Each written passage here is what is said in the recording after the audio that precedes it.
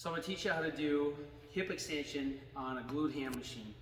And this technique would apply also if you don't have a glute ham and if you have a Roman chair. It's going to be the same technique. With this exercise, we're actually targeting our low back muscles and our hamstrings.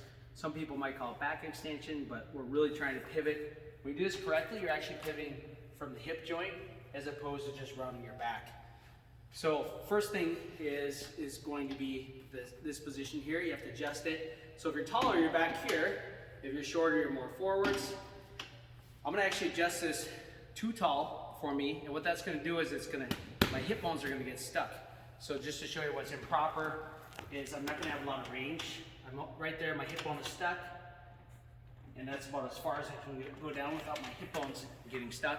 Any other motion, if I want to keep going down, is going to cause my low back to round. So I can only go back with a rounded back. And we really like to teach you to pivot more from the hips.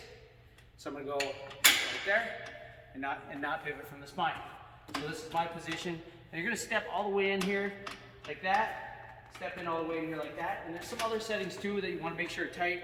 In this case, I want to make sure this is tight right here. Now I'm good to go.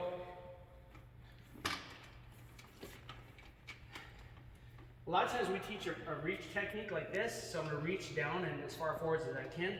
And I'm going to come up and reach down as far forwards as I can and come up. And right now I'm really limited by my hamstring flexibility. That's about as far as I can go without losing my arch in my back. This is a good position for me. One more thing I'd like to add for this exercise.